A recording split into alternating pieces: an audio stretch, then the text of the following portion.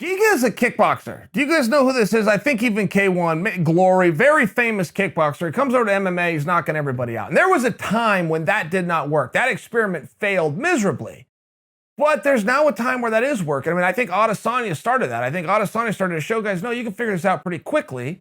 Here's how you train, here's how you do it. But if you got the right type and the right hips, you can come do this. I only bring that in because now Giga's having his level of success and he's fun to watch. So Giga calls out of nowhere, calls out Jeremy Stephens. Jeremy Stephens is ranked, Giga is not ranked. Was that his motivation? Probably. Jeremy Stephens accepts it on the spot. Okay, hold that thought. RDA loses his fight with Islam Makhachev. Paul Felder accepts it on the spot. So now Felder is going to step in, and that's a big deal, at least for me, because I know Felder very well. And I know how big I know what a hard time Felder has making weight. So the mere fact that he accepted that fight, not to mention on short notice, which means he's in striking distance of making weight. Good job, Paul Felder. Congrats to Jeremy Stephens. But guys, there's something about this mindset. And we all love it and we all like it. And it's getting more and more distant. Now, I will always tell a fighter, accept any opportunity. When that phone rings, answer it and say one word, which is yes. But I say that to you with a caveat that I am expecting every single fighter to be within striking distance of making weight, and to be in shape, and to be waiting for that phone to ring. I come to you from that kind of a mindset. So don't take Chael Sonnen's school of management to thought. If you know about yourself, you're one of those guys that leaves the gym and only returns 8 to 10 weeks before a contracted fight.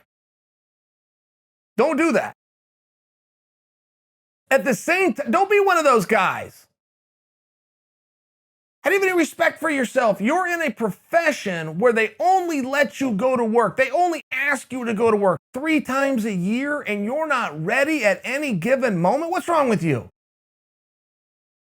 One of the great things that you will ever have in this career, yes, it will be main events. Absolutely. It will be media. It will be being in front of people. Maybe you make the video game. Those are good things that you can have fun and smile and in your later years look back on, right? But one thing that is a major sign of success, a major sign, and you will not realize it until it's done, is your ability to extend your career. If you came out red hot and you were undefeated, you all these great things, and your career was done by the time you were 27, you're going to look at it and go, man, I wish I would have done some things differently.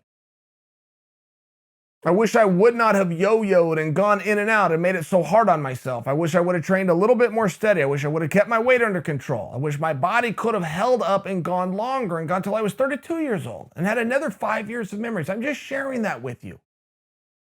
Because while you feel good now and you can whip yourself back into shape, and as hard as it possibly is, this is what you would rather do and then go sit around for 6 weeks. That's one way to do it. I would just encourage you to consider and think about doing it from the other side.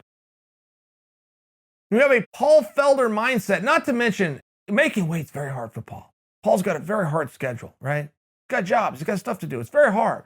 He still does it. He doesn't complain, doesn't say a damn thing to you. Biggest complaint you've ever got from Paul Felder is me just giving it to you now. Paul's never complained.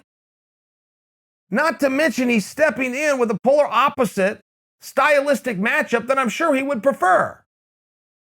RDA is very grappling heavy, just by example. Didn't make a damn bit of difference. Paul said yes. Boom, off you go. Jeremy Stephens didn't make a damn bit of difference. Giga's out here beating people up. He called Jeremy's name. Boom, I'm in. When do you want to do it? I'm only sharing with you.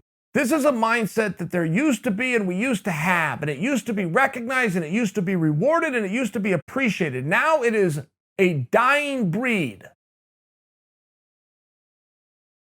It's still appreciated. We just see it less and less. And I think if we threw an arm around the guys with the mentality of a Jeremy Stephens, with a Paul Felder, I think we would see a little bit more of it. But for some reason, not only do the fighters get away with not being legit tough guys anymore, the fans let them off the hook. If you say no, you lose. That is the rules of the playground from the very first time I hit the playground. Apparently, not only are the fighters becoming wimps now, the playgrounds are even getting weak.